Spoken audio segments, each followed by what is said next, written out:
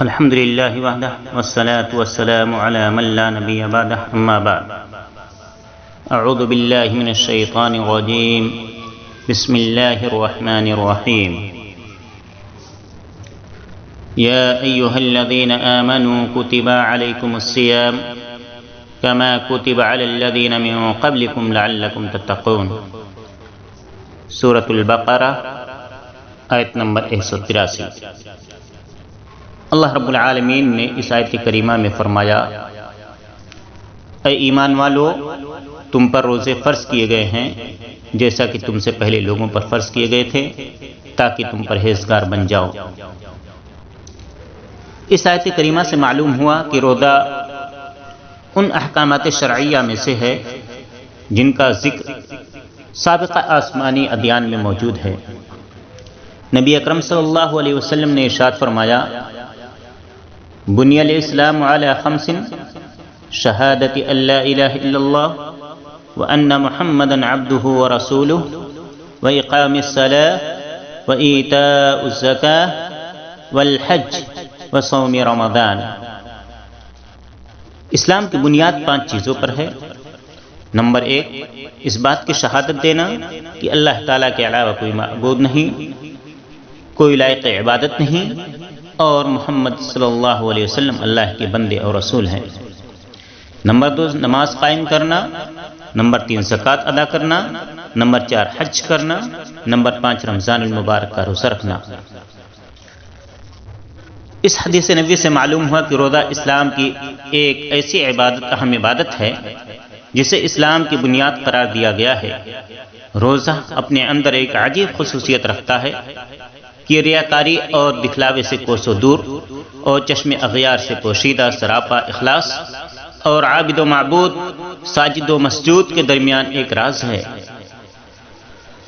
اس کا علم روزہ دار اور حق تعالیٰ کے علاوہ کسی دوسرے کو نہیں ہوتا۔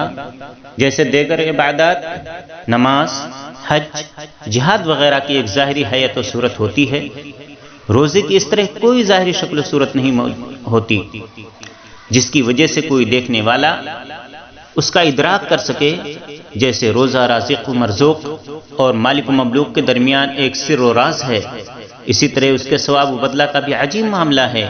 اللہ تعالیٰ روزے کا بدلہ اور ثواب جب عطا کرے گا تو فرشتوں کو ایک طرف کر دے گا اور اس کا اجر و ثواب خود عطا کرے گا۔ صحابی رسول ابو ہریرہ رضی اللہ تعالی عنہ ارشاد نبی نقل فرماتے ہیں، کل عمل ابن آدم یضاعف الحسنۃ بعشر امثالها الى 700 ضعف قال اللہ تعالی الا الصوم فانه لي وانا اجزی به يدعو شهوته وطعامه من اجلی۔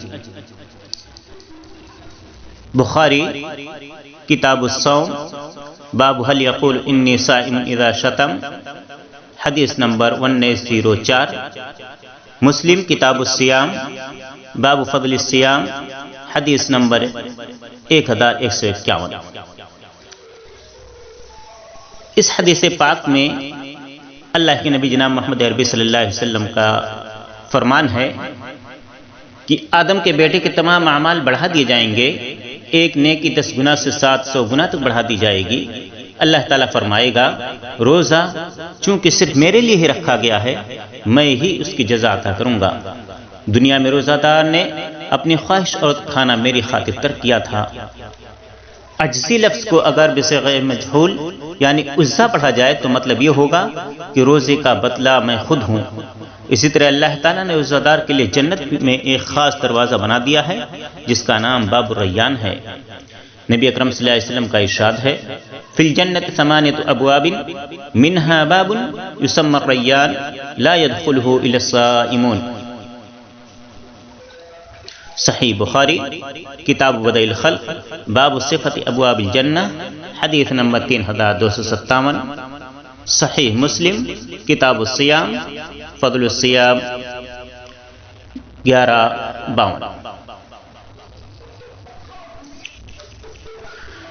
جنت میں 8 دروازے ہیں، ان میں سے ایک دروازے کا نام الریان ہے، اس سے روزہ داروں کے علاوہ کوئی داخل نہیں ہوگا۔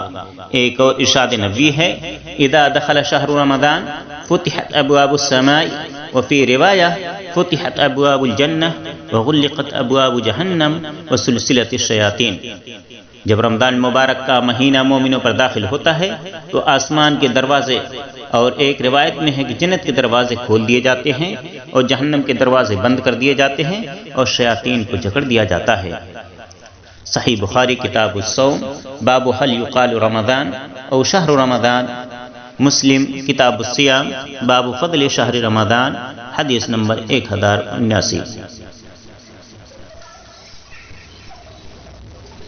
احادیث صحیحہ صریحہ سے معلوم ہوا کہ روزہ دار کے لیے جنت کے دروازے اللہ تبارک و تعالیٰ کھول دیتا ہے، اور ان کے لیے جنت میں خصوصی دروازہ بھی ہے جسے باب الریان کہتے ہیں۔